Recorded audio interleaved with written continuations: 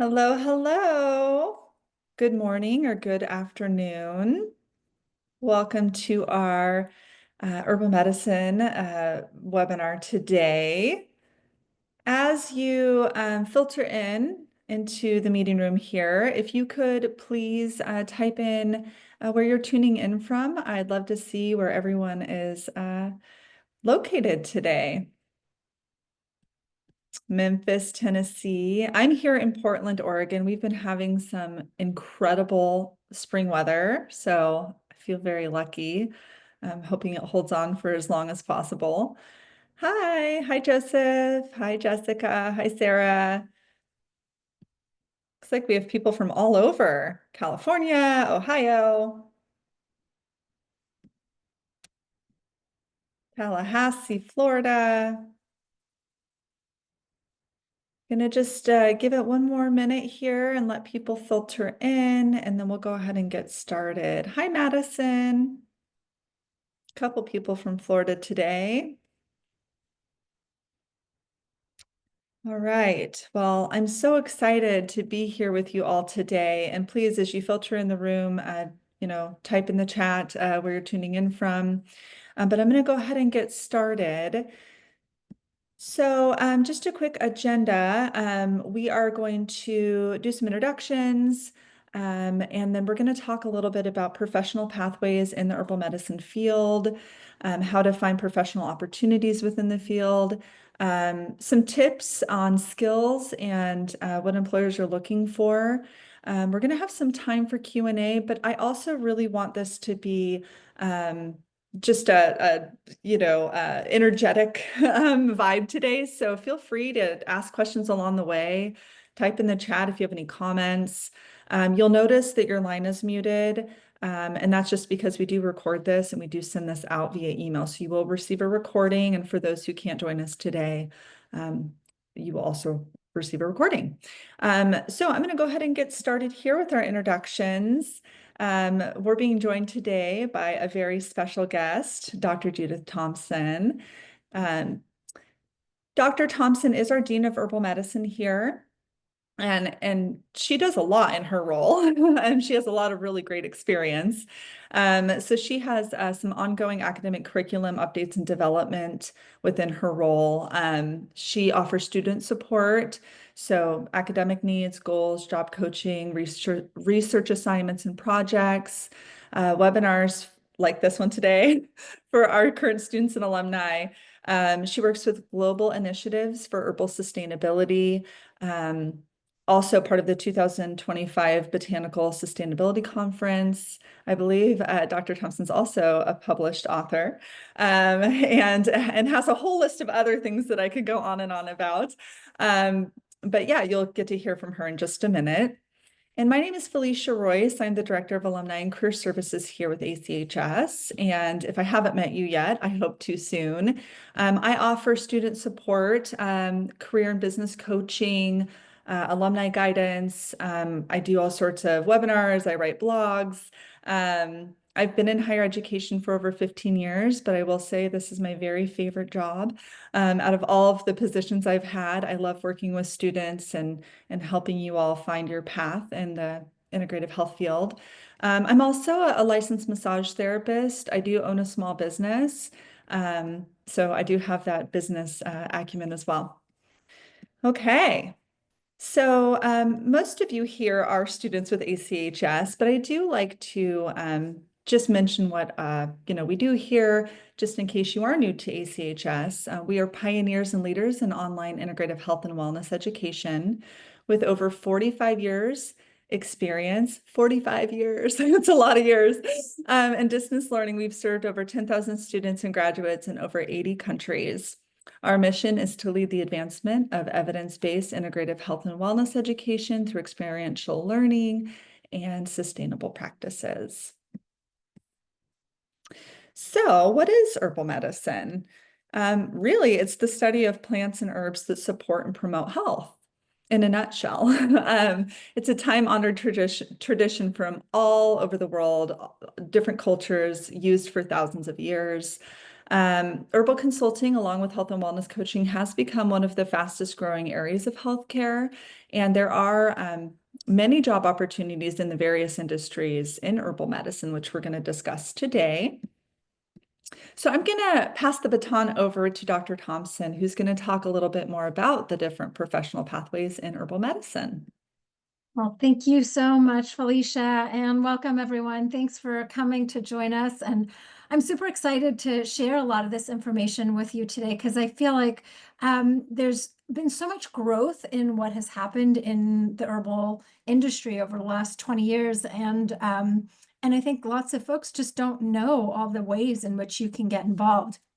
And the most exciting thing to me was that just a couple of years ago, the last time this particular group, the Global Wellness Institute, they put out annual reports. They are looking at all the trends, where people are spending their money in natural, alternative, complementary types, holistic types of work and industries. And so just a couple of years ago, it was at 4.4 trillion. So then they reassessed their data and updated everything. And so last time they checked, so this was in 2023, it was at $6.3 trillion. So there's a little slice of that pie available for you as well. And so you just want to think about which area is going to be interesting to you, where you feel called, and where you really want to be able to kind of sink your teeth in and explore further. So next slide, please. So for those of you who are into, say, personal care and beauty, there's lots of product formulation. And this is something I just was at a conference actually in Memphis Oxford technically, but just a couple of weeks ago, and was talking to lots of folks there who are noticing an increased need for formulators. So for those that are in the herbal medicine program or thinking about it, learning how to build formulas is going to be really important in these coming years. Same with manufacturing, where knowing how the herbs work, and there are different manufacturers that are set up throughout the country, certainly in the US, but in Canada as well. And Mexico. So there's lots here. I mean, they're in various countries as well, but we have numerous opportunities.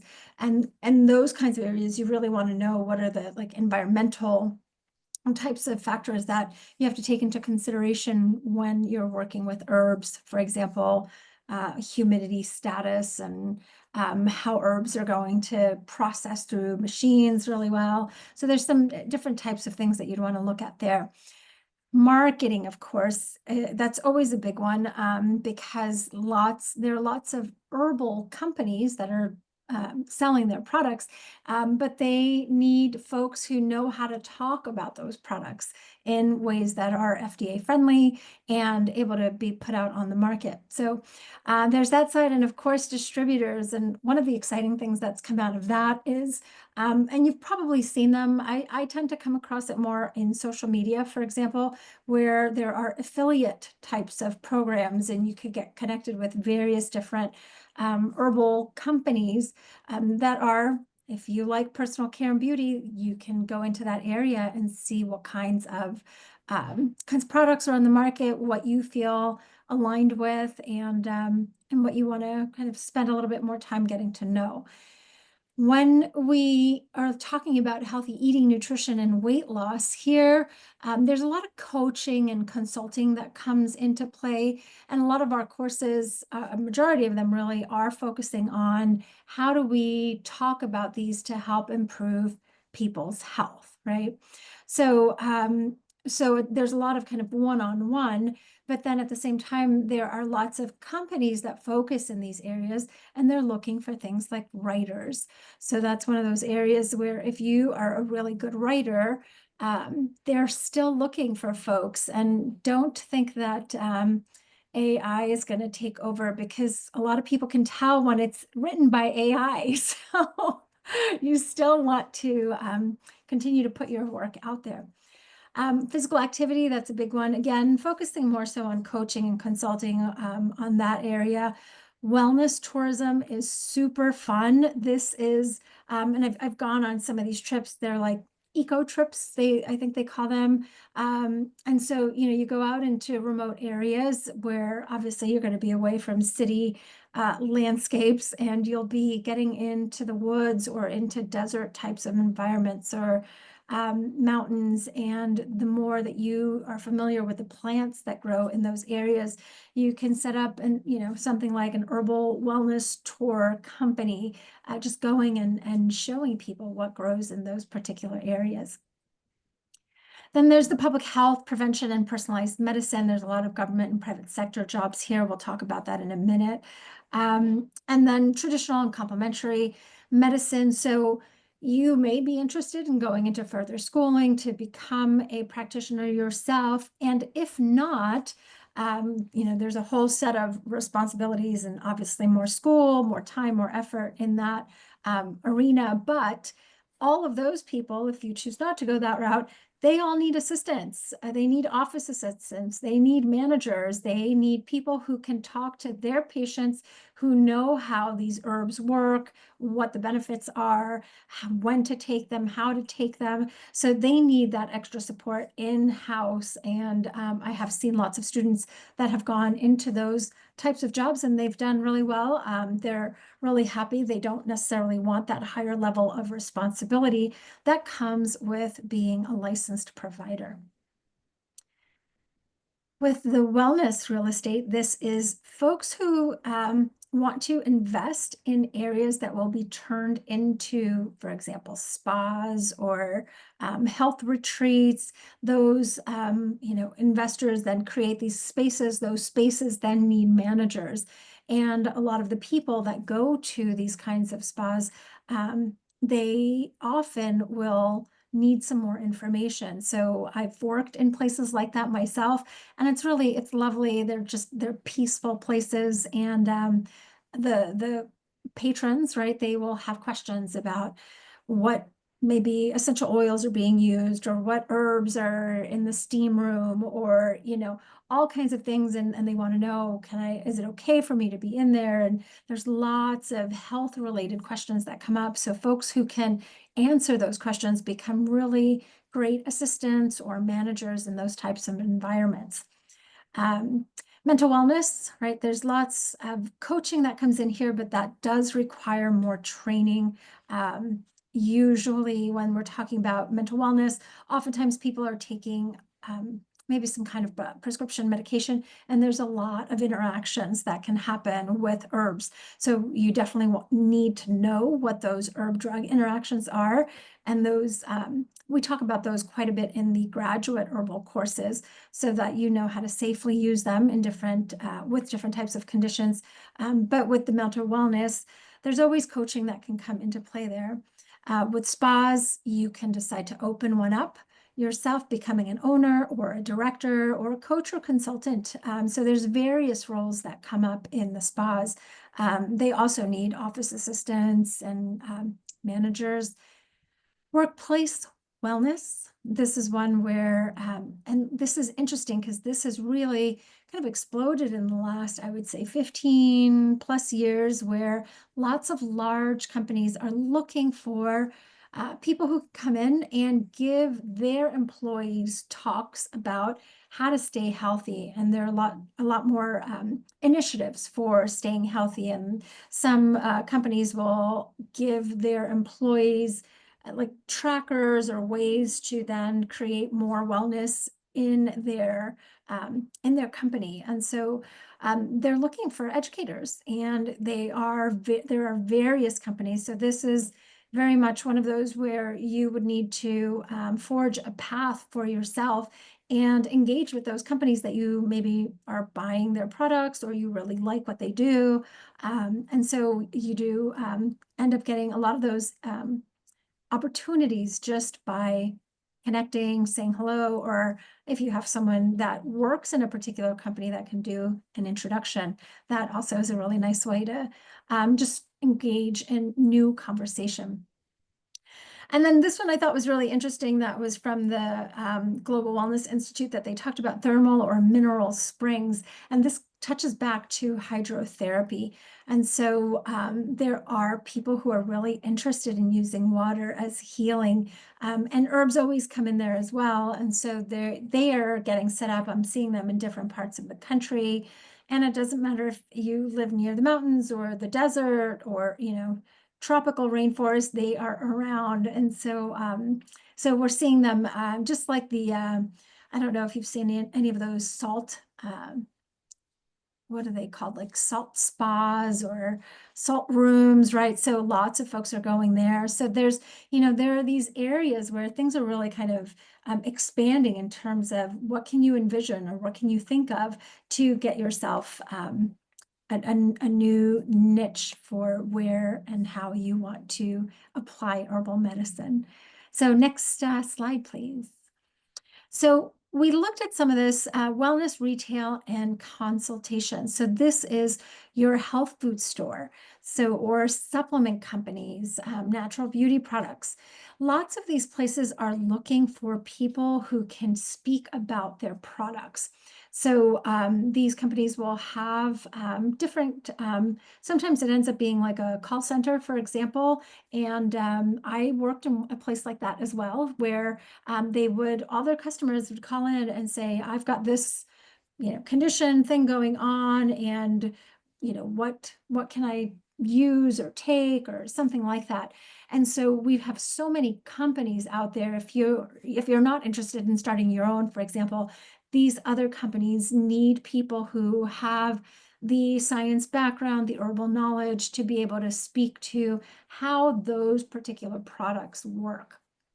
And it's really nice to go in and do your job. You clock in and you are there for your hours, and then you clock out, and then the rest of the day is yours. So it's kind of nice to have that that type of an experience for your line of work and still be using the herbal knowledge that you gain. You've probably gone to health food stores yourself, right? And have asked the people who are working there, how do I use this? So probably a place like Whole Foods is one of the more popular ones that are out there.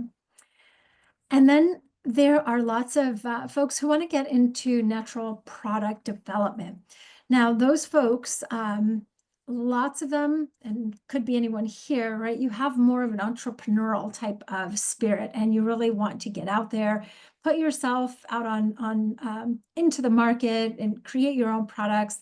And so there are lots of companies that will help with the you could, for example, say have your own formula that you want to develop, but maybe you need particular herbs, or you need bottles, or you need labels, or you want to order an X amount because you're ready to put them out into different stores, maybe in your city where you live, or in the state, or depending on where you are, maybe getting them out nationally.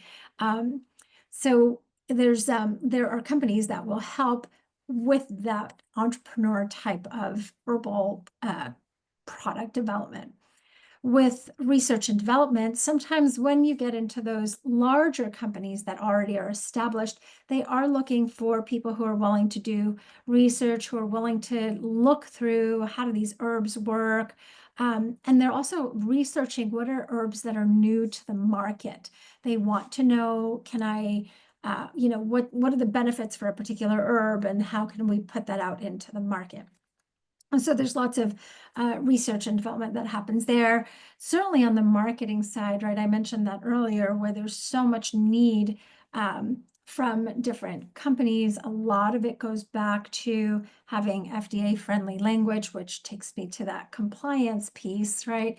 Where the FDA is becoming more they're becoming more strict is the word that's coming, but really they're focusing on what are people saying about their products, and are those products actually, do they contain what the companies are saying that they contain? And so, we want to work with companies that are being honest with what they're doing and that they're representing themselves correctly. And so that's where compliance comes in, and making sure that they have good manufacturing products, that's GMP, right? So that they are creating products that are safe to put out into the market. That's going to be really important, whether you are working with a company or if you decide to do it yourself, right? That's the right thing to do, is to maintain health and safety for folks. Next slide, please. Yeah, do you mind if I add a couple Oh, of yeah, go for it. nuggets in here? So under the wellness retail space, I just wanted to also mention the pathway to the cannabis industry. We've had, students in that industry, and there are many different types of jobs and positions, all the way from, being a bud tender all the way to management and sales. And I've definitely heard really good things about that track if you're interested in the cannabis space. I know not every state offers that. It's state law, restricted for some states, but in a lot of states they do. And then also in the natural beauty product side, I've definitely worked with a few students and alumni that have worked for big companies like Estee Lauder, or some of those bigger kind of natural beauty or just beauty companies in general, as formulators. So you do have to have a pretty strong chemistry background, but those are some really great positions that can lead to advancement as well. So I just wanted to mention that. Yeah, and a lot of those companies do a lot of on-the-job training. So they teach you about their products, and they teach you about the research that they've found. And, they're all thinking about, everybody wants to stay in business. So they're also thinking about, how do we maintain FDA-friendly language and stay in compliance and keep our products safe. So, there's definitely alignment there with, what you would want to do and what these companies are wanting to do as well. Yeah, thank you. And Stephanie, I do see your comment here. Gina, do you mind throwing my the link to my online calendar in the chat? If anyone wants to look at their state and what's available, we can definitely meet and look at whatever industry you're excited about and see what the job market looks like where you live. I would be happy to schedule something with you individually. Okay, moving on here. Yeah, so this is where it gets really fun for those of you who have the kind of, you really like to share what you've learned, right? Or what you know, or what you've used. And you could get yourself out there in different ways. So in the public arena, right? So you've got lots of publications, health magazines, that are looking for people that know about this information and can write about it. So there are some companies that will hire bloggers, is what it used to be called, right? But they're online publications, so they are credible. Like, just to, for example, I get contacted by the vitamin shop, and they want to interview me, and so they'll interview me, but then they have somebody on staff who then has to turn that into an article and get it ready to be published for their online publication, right? So that's an area where you need a little bit of that background in the herbal medicine side, but also some good writing skills. People get interviewed, or you can create your own podcast, which is fun and its own kind of area of engagement and learning how they work. Lots of people just decide, I'm going to get a YouTube channel going and start sharing what you've learned that way. And there are influencers, and this is an interesting piece that I see really increasing in demand lately, where people will basically be like an ambassador for a particular company and will talk on different social media platforms for the products covered by that company. So you can, do it that way, or there's that affiliate side where you can promote various products from various companies, and there's usually some kind of a percentage back that comes from those kinds of public engagement. So if you really like to get out there and be in those more public-facing channels, then there's lots of avenues there. I mentioned the corporate wellness programs. And so I'm jumping into the hospitals and community health centers. So this is a trend that was just kind of trickling in over the last few years, and I suspect we're going to see much more of it in the years to come. So I've had folks who have been working with different hospitals or community health centers to start to develop that within hospitals. So they're starting to have integrative health departments. They're still pretty small, right? But there's room for growth, and they are growing, and they're finding that people are much more interested in this. And I think with our new government and Department of Health and Human Services with uh, Robert Kennedy there, he is definitely on the on track for helping to build places where people can find natural health options. And so that is something that the hospitals on themselves, and some of the community health centers and senior centers, they're starting to build this up. And so in the senior center, they're very interested in hearing what can they do. They're obviously focusing more on longevity, oftentimes anti-aging, right? But they are a really big group, and they have at least the places I've gone to, I've done lots of talks in different senior centers. They have money that's available where they can invest in different types of health supplements, right? So they will go in, and they'll want to hear what you have to say. So some of those senior centers, I suspect, will be having someone on staff who can help manage the patients that they have in different health centers, because there's a lot of mixing of drugs and herbs, especially for that community. I've been seeing them come up in urgent care centers also. Tends to be in more forward-thinking urgent cares, but this is something where you could, again, if you've got that just entrepreneur, breakthrough, pioneer type of spirit, to just go in and say, hey, have you ever thought about establishing some department or an office here where people who want natural care can have that as well? So, so it's really just about starting a conversation with some of these folks, because they are interested and they are developing. And so, we want to keep that ball rolling. With authors, there's nowadays you can go into self-publishing, and self-publishing is doing very well. And funny enough, it's actually audiobooks that are doing even better for self-publishers. You can work with an established publisher. It's a little bit harder to get in because they're looking for some kind of publications that you've already had. But there are some, for example, Hay House is one where they will have a contest once a year, and they might, I think it's usually like $10,000 or something, and you submit your writing, and then if you get chosen, then they will work with you to really clean it up and then get your work published out there. And they've been around for, gosh, 30 years, maybe, give or take, somewhere in there. So, so they will take new authors. But the self-publishing is it's very viable. And if you want to create an audiobook, that's definitely, funny enough, where more sales happen in audiobooks versus self-publishing. For those of you who really are loving the educational side of it and want to get into academia with a master's degree, so this would be more for our master's in herbal medicine, you would be eligible to teach at a community college.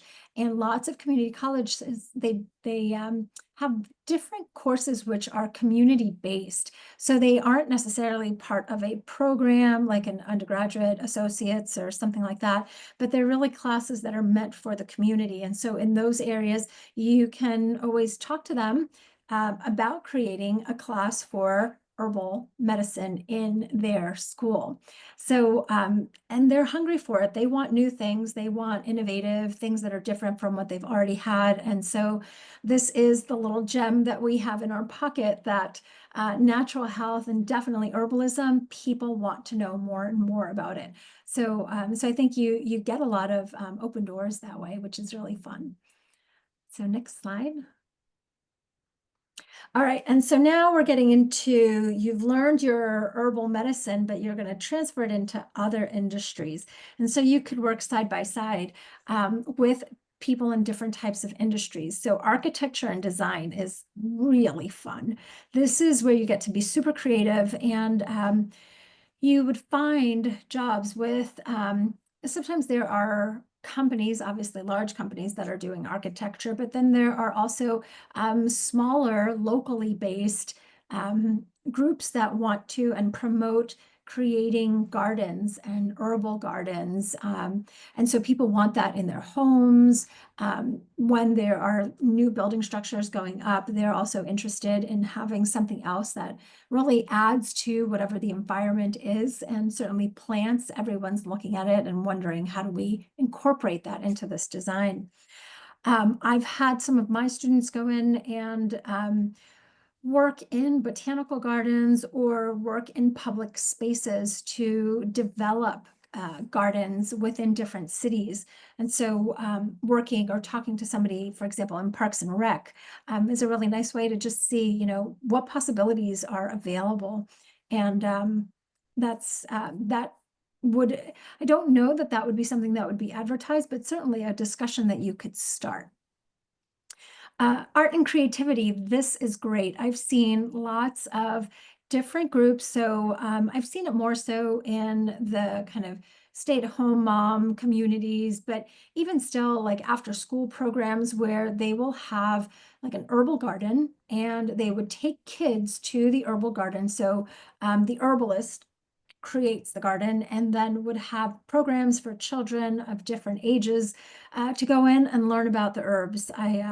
I went to see one here locally, and the herbalist just created this really beautiful garden and had kids that were anywhere from like 4 to 6 years old, and she taught them about the different herbs, and all the kids collected them in the little baskets, and then they made tea for themselves and were serving each other. I mean, it was just the cutest thing I'd ever seen. So you can do something like that. Or another woman who was working with herbs with children who were a little bit older and wanted to do artwork, and so they would talk about what that plant was and start to work with paints. And I mean, that ended up being more like a therapy type of environment, but it became educational as well. So if you've got those different kinds of skills, those are nice ways to bridge them. Folks who are more nature or spiritually oriented might do really nice work with setting up things like nature walks or meditation. There are groups that do like wellness tours, but they can be just for like a day, right? It doesn't have to be like a week-long thing or longer. It could be, we're going to be going out to the woods, to the desert, wherever, right? Out to the lake, and spend that time and see what is, again, giving them an orientation to what are the plants that are in that area, what's growing, why are they growing there near water, what's that connection to our mental, emotional health as well, and our connection to nature. So there's a lot that you can do, and that would be something that's a little bit more self-created. I've seen the people who have done that have done it of their own and just put it out to the community and just built up over time a following, and would have folks go out to, I live in Florida, so I've got folks who get together and then they go out to the beach and they do a meditation once a month. So, it would be something that you would want to check your natural surroundings and see what would make sense. And then this one's really interesting on the technology and innovation side. Lots of people are creating apps. And so there's different companies who are using them, and also they want to know, well, what do I put in my app? What's the correct information? How do I know, or what does it look like? So if you wanted to share information with them about how does this herb work, that there's an opportunity to collaborate there. Or if you're really good at identifying plants in the wild, to help them identify, say, yes, this is dandelion, or no, this is actually a different plant, right? And helping them know that difference. So, so yeah, so there's lots of opportunity there, and there's different pockets where they actually hire for these kinds of positions. So you wouldn't necessarily have to just be creating something on your own, although you could if you wanted to. Next slide. All right, so here, I know this is probably one that seems like, how is this possible? But I just had a chance to speak with folks who were representing the FDA, and they actually are in need of people who know about herbs, who know about how they work, to be the auditors who go in and check on the companies. Like, is this company saying something that's accurate or not? Or how do you know if this is the actual herb that's in this particular product? So, so the FDA does have those kinds of jobs, and I suspect we'll be seeing more of them in the coming months and years. NIH, I've had folks who have, some of my prior students who started work with the NIH. And what's interesting there, also with the USDA, is that they were looking for people to create information for them because they didn't have that information. And so it would require a fair amount of research to go in and make sure that they're up to date with what is publicly available, or if they wanted to expand on new things. With the same with the Environmental Protection Agency, the VA is an interesting one because we're seeing lots of veterans who are actually introduced to natural therapeutics through the military, believe it or not, but that's how they first learn about it. And so then they want to keep going. And so this is an area where more education is coming, and there's more and more there's more opportunities within the VA, especially with coaching those folks who want to use natural therapies and certainly herbs within the VA. And within the Bureau of Land Management, these are folks who, if you're really someone who likes to get out there into nature, they'll have folks who will survey the land and just see how are things looking, what kinds of plants are there, what's happening on a particular stretch of land. Same, that would be on a federal level, but it also happens on the state level. On the state level, it's called the survey department. And so they want to know, how are these plants working? What are they doing? Where are they? What's happening? And same with the agriculture department. So I do know some folks who've worked there in these kinds of agencies where they're just doing a lot of, most of the time they're in an office, but they get to break that up with going out into the field and surveying the land. So they do get to spend some time outdoors. And this was a really fun city and local. So with the schools, I had a group of students who decided that they wanted to set up like a little educational program for schools. And so they just approached a school. I think one of them probably had a child that was enrolled in the school. So it's an elementary school, and they created gardens, and they would teach the children how to use the herbs, how they would grow, and really work with them from seed, because they had the kids go in and work. They were all just in separate pots, right? But the kids got to learn and see them and work with them. And so so they developed that. They did a pilot program with a local school, and so they were planning on keeping that going. And that would be an idea that you could bring forward to city council, for example, to see what could we do to help introduce the children in this county or city to the benefits of herbs. And I've seen that happening in some folks I know who've done it. For example, they were really into yoga, and so they introduced yoga into the school system. And lots of times they're pilot programs because it's the first time that they're considering bringing this into schools or into cities. So don't be scared. They're really open to hearing. So just get your ideas really nicely written out so that you can present a really cohesive plan for how you would plan to do that for them. Next slide. And oh my gosh, this community herbalism, this is so, again, I keep saying fun. I love all these different kinds of opportunities. But with community herbalism, you could be a community developer or enhancer. So by that, I mean, for example, I had a student who had gone into a local library and just said, hey, I would really like to create an herbal garden for the folks who come into the library to have a quiet reading place and learn about herbs. And so they said, okay.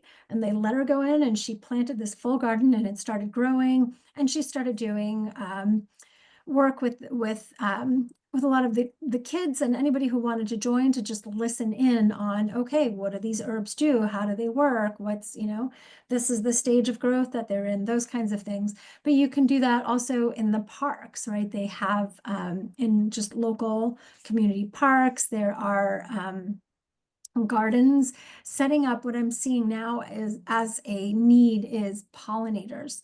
So gardens that will attract pollinators. So that is something that that cities are looking for. So that would be part of community enhancement, but it is tucked into the kind of city governance. With the community herbalists, if you wanted to work directly with folks, I've seen numerous examples and all over the country where people are setting up mobile herbal community clinics. So they have like a van, right? And they've got shelves, they, set it all up.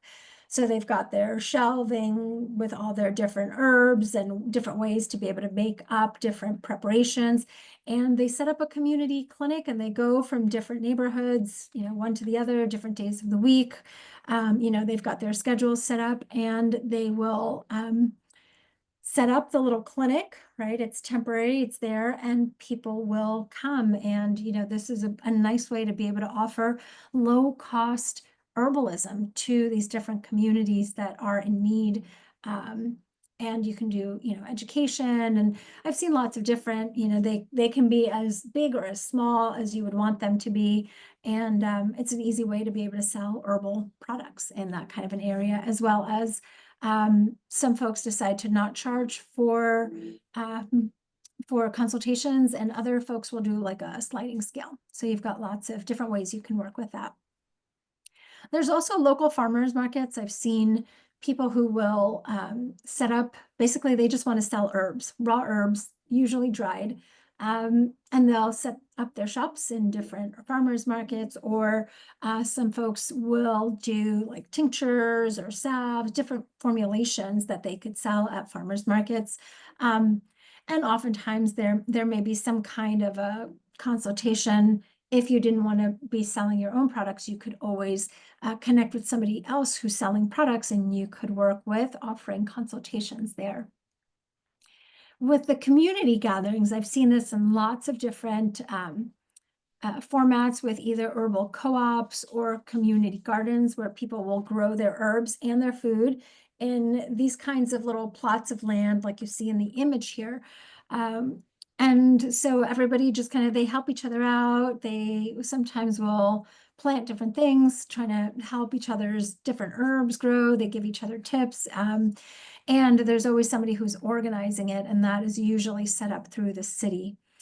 And also community seed gathering. So I've seen this in more in nonprofit work, where they will have, for example, wherever you live. I worked in a community seed gathering organization. It was in Tucson, Arizona, and they would go through lots of little of native seeds, right, that they had that were local to that area. And lots of different people would donate whatever they had. And so they were creating like a seed bank, basically. And so they would just have that available for sales afterwards. So it's just a nice way to be able to stay connected and do some work within a nonprofit structure. So again, different ways that you can either set something up yourself if you were looking to do that, or if you wanted to work with an existing organization that's already there. There's lots of opportunities. Next slide. All right, I think I'm getting close to the end here. And then, so here with the nonprofits, tying into that, right, we've got groups like Herbalists Without Borders. If you are feeling the call to work in other countries, they offer different types of sometimes internships or opportunities or programs where you can go and work in other parts of the world. EWG is the Environmental Working Group. They've been around for also probably a good 30 years, give or take, and they're often looking for writers. So people who are willing to do research and write and talk about what they find through the research. Usually it's herbs and public health that they're really focusing on. With ethnopharmacology and botany, so for those of you that are so inspired, there are organizations like the Peace Corps that you could join up, and usually again that would be in other countries where you could work and get exposed to different types of people and lands and seeing how you can learn more resourcefulness with what you have. The Native Seed Search was the one who was doing the seed bank in Arizona. And then professional associations, there is the American Herbalist Guild is the one main organization here in the United States that will have people apply to become a registered herbalist. And they do have their own specific educational requirements, which ACHS does fulfill, and then some clinical aspects to their registered process. But then students are eligible to become associate members, so you can be working towards that as you're gaining your education. So next slide. Yeah, I'm gonna just pause here for a second, just keeping an eye on the time, and just wanted to see if anyone had any questions before we move into kind of the next piece here, where we're going to talk about skills and how to find employment. Anything that you wanted to add? I'd also love to hear if anyone's willing to share, what interests you. Maybe you didn't know about a certain career pathway. I'd love to hear any comments that you have as well. And Amber had asked about clinical herbalism. Do you want to talk about that at all, Dr. Thompson? No, so that would be something. So, for example, here at ACHS, our courses are working on clinical herbalism so that you would know how to use these herbs for different types of conditions. And so if you're looking for work as a clinical herbalist, that would be, a number of different ways where you could either work, for example, I've seen herbalists work in offices with chiropractors, with acupuncturists, with medical doctors in integrative offices. Also, I've seen some working with naturopathic doctors. So usually the clinical herbalist, if you're looking to work alongside another practitioner, that can work out really nicely. Many will work on their own or create things like the Herbal Community Clinic, which is, that is community clinical herbalism. They're getting out there and taking it literally straight to the people. And so how you become a member of the Herbal Association, so the American Herbalist Guild, you literally just go to their website and you sign up. And And so, as a student, you would start as an associate, or yeah, actually they have a student membership. yeah, So even if you just Google American Herbalist Guild student membership, it will come up on Google. I forget the cost, but it's pretty low cost. And then yeah. once you graduate, you can go to associate level. And then, there's a lot of, as Dr. Thompson mentioned, there are some criteria you have to meet, quite a bit of criteria to become a registered herbalist. That would be the next step from there. They are working on things to make it a little bit more accessible. Mm. So I think, they're kind of figuring out what makes sense for people with different kinds of educational backgrounds, because they really do want to make the herbalism as something that is a viable option for caring for someone's health, right? So I think there's a big shift, right? There's a big shift happening in certainly in government, but also in people's minds that this is a viable way to stay healthy and to continue to stay healthy. So Absolutely. And Amber had said she wants to open her own herbal medicine clinic, which I think is wonderful. And something that wasn't necessarily mentioned yet would be a lot of our students open apothecaries. And so that retail space of working in an apothecary or even opening one on your own in your physical space is a great way to also incorporate some of that clinical herbalism as well. Um, is there any prior education requirements to taking this course? Jillian, if you are not currently a student at ACHS, we have quite a few programs, which I'm going to go over at the very end. And we do have an admissions team here, and we can put the link to contact them to, talk through what would be a good fit for you. Um, and Anthony had said background is in writing and editing, just finished certification in herbal studies and be researching several different areas. That's awesome, Anthony. And let me know if you need any help. Um, yeah, so many good comments here. Joseph said, it's funny you think about how you will be in one field and end up in another. I've been taking a liking to writing. I'd be interested in exploring some writing opportunities. And Saturn said it was briefly touched on earlier. Look more into art paths and herbalism. I think that that is a really neat way to use your herbal medicine education. And Carrie Ann said, I love your quote, little gem in the pocket. Are the community teaching positions with herbal and nature-based education a consultant position?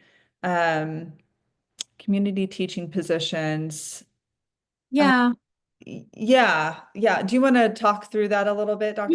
yeah, because it does in the actual kind of way that you're working, you end up teaching people about how the herbs work. So there is a level of consulting. If they wanted to get really if they wanted to get really specific about what's happening with them, then that would be their own separate consultation that they would essentially hire you for, right? Or if you're working with a group where they're doing education about herbs, then it would be much more general, just about how the herbs work, and any kind of interactions or things to watch out for. But it wouldn't necessarily be geared towards one individual person. But out of those kinds of teaching positions, you definitely could turn some of those folks into your own clients. Yeah, absolutely. So we have about 8 minutes. We have a couple more slides to go over. So anyone who I haven't, called out your comments, just know that I do get a transcript of this and I'll be following up with you directly. There have been some questions about like how to get into certain industries, and I can absolutely help you with that on an individual level. So just know if you have put a comment in and we haven't discussed it, I will be getting in contact with you today to schedule a time to chat. Just want to keep an eye on the time since we do wrap up at noon Pacific. So we'll go through this really quickly, but just some skills to think about. Having your education, having your certificate or your master's or whatever education that you have is important, but there's also some additional skills that are going to be needed for the industry. Dr. Thompson, do you want me to kind of go over the first half of these and then you can kind of take over the second half? Yeah. Okay. So content knowledge about herbs, consulting, formulation, manufacturing, marketing, and distribution. That manufacturing and knowing good manufacturing practices is really, really important, especially if you're going to be owning your own business and you're going to be formulating. There are rules that you have to follow and regulations that you have to adhere to. So the American Herbalist Guild actually has a legal FAQ on their website that's really, really helpful. It's a lot of information, but it's really helpful with the GMPs. And I know we cover that in our courses here too. Anatomy and physiology knowledge, especially if you're going into clinical herbalism. Safety, whole person health. So really being able to look at something from a holistic viewpoint of the physical, mental, spiritual health. And coaching, we do have multiple coaching courses here at ACHS, but some people even take it a step further um, and take additional coaching courses and get that practice in. Our graduate certificate in wellness coaching was just approved for the MBHWC credential. So if that's something you're interested in at the graduate level, we could definitely talk more about that as well if you're interested in the coaching side. Do you want to take over from here, Dr. Thompson? Yeah, yeah. So a lot of times when we're talking about herbs, we're talking about our own personal health or an individual's health. But there's also a public health aspect to it. And I think COVID really brought that into the limelight. And so, we want to look at that. And I think that's a really, it's an important place and probably a place where we're going to be seeing more opportunities when we're looking at, well, if we want to keep a population of people healthy and we want to do it naturally, how do we do it? So this is one where just keep your eyes open on different job boards that are within your county, for example, because I think this is going to be an area where you'll be able to develop programs for public education. What's really important for us to know is our role as herbalists in healthcare, because we end up being allied health or complementary or supportive. We're not primary care physicians, right? We're not trying to take over that the medical provider's job. We don't necessarily want to do alternative, right? This is something where we really want to be able to speak to how herbs are supportive and helpful to the body. And so that's a lot of what we talk about in the courses as well is, at what point can you still work with someone using herbs, but at some point you've got to actually now hand care over. So that's just it's this line where we're working safely and then we've got to take it up for further evaluation. Good communication. This has come up with different companies we talk to when we're asking, what are you looking for in candidates that apply to your company? They want people who have really good communication, written and in oral, right? So speaking, that people are able to communicate their ideas well, whether they're going to write it down or they're going to be talking to other folks. And it comes in with coaching, right? You want to have good communication skills as you're supporting people through their healing journey, because there's a lot that they go through and we want to support them. And also if you're going to teach, whether it's, either within a community, a corporate wellness, if it's in academia, it doesn't matter where you're going to be teaching in the public setting, you really have to focus on those good communication skills so that people understand, right? And that you're able to get your point across in a supportive manner. And then navigating government regulations and legal concerns, and that's a lot of the GMP and the FDA requirements that are subject to change whenever, right? And so we just want to make sure that we're staying in compliance and being really smart about how we work with herbs so that we can continue to help people and then still have access to the herbs. And then with business, of course, having good management skills, being organized, and being a leader, right? These are things that I think are really needed. And we are the ones who have to step out and say, okay, I think this is important, and I'm going to go out and I'm going to talk to people about it. And this is what I know. So, don't be scared to get out and have your voice be heard. Wonderful. Thank you so much. Okay, I'm going to go over this as quickly as I possibly can. So how do you find these wonderful careers in herbal medicine? So there's a lot of different ways. And one thing that we didn't really talk about in the last slide that I think is pretty much top priority is networking. Building a network early, getting to know people in the field, going to events, way beyond you before you even have your degree, starting to build that network. How many of you use LinkedIn? LinkedIn is a really great place to start, and I'm going to show you an example here of how to use it to find employment opportunities. But yeah, attending conferences, getting involved with American Herbalist Guild or American Botanical Council or any of your local, small herbal communities, community gardens, those types of things, building that network. This is a field where you really do, in a lot of ways, have to carve your own path. There are employment opportunities out there. There are ways to look for these opportunities on job boards, but a lot of these opportunities come from knowing somebody in the field, having a connection, being able to really confidently explain what your knowledge is and how it can help an organization. So, in addition to all the other skills we talked about, that's really important as well. So I wanted to just, since we're limited on time, I wanted to share my screen here and kind of just show you a couple of examples. So this is a company based out of the East Coast that hires a lot remotely. And so if you haven't used LinkedIn, I highly recommend creating a profile and starting to just look around on there at different herbal medicine practitioners, different companies, different supplement companies. When you walk into a natural medicine store, there's hundreds of different, bottles with different names on them. That's a good place to start, Thorne or Standard Process, looking around at different companies that you might want to follow, give them a follow, and then you can actually see all the posts that they have about their organization. You can interact with their content, see important updates. You can also see jobs that they have available. So you can see this is a remote organization. So they have an R&D herbalist position open, a retail sales, a manager position open, a marketing associate open. So that's another great way to see. And then also the people. Right. So you can kind of see who works there. If you do apply for the job, you can follow up with, maybe somebody in their HR department. So this is a great way to start networking if you're not able to do it in person right away.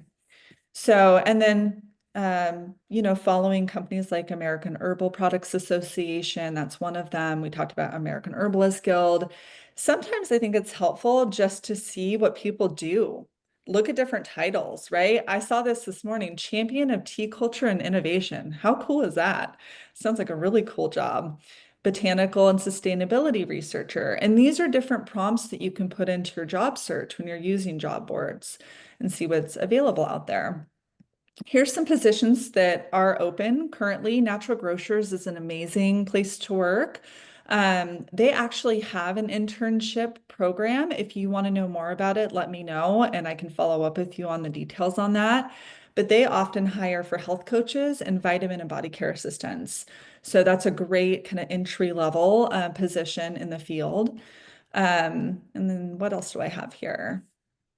I was just looking at different job opportunities. We were talking about mental health earlier, and I thought this was a really interesting position. Herbalist, they're looking for an herbalist for a counseling office. So they're looking for somebody to partner with their mental health therapists.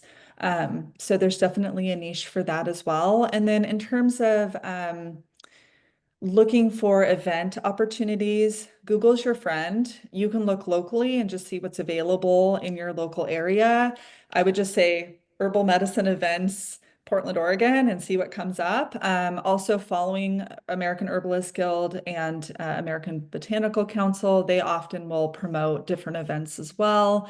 And then Herb Rally is another great opportunity to see different in-person and virtual events. You can actually go to their page here and you can look, it's still thinking. And you can actually look for events by state. So you can see here that they have all these, I just picked California randomly, but you can see all of their herbal events coming up. So that's a really great way to keep a pulse on things as well. And when you're putting in keywords in the job boards, get creative. I use Google. I don't just use one job board. I go to Google, I type in different, I just get creative. I'll put in clinical herbal research assistant, I'll put in apothecary, I'll put in herbal medicine practitioner, I'll put in herbalist, herbal tea, supplements, nutraceuticals, and just see what you come up with. The only thing that I will caution you about is be very aware of employment scams. If something looks too good to be true, it probably is, and never give out your personal like social security number or financial information. But yeah, I hope that's helpful. I know we're running out of time, so I just wanted to get through that quickly. Let's see if there's any additional questions as we wrap up here.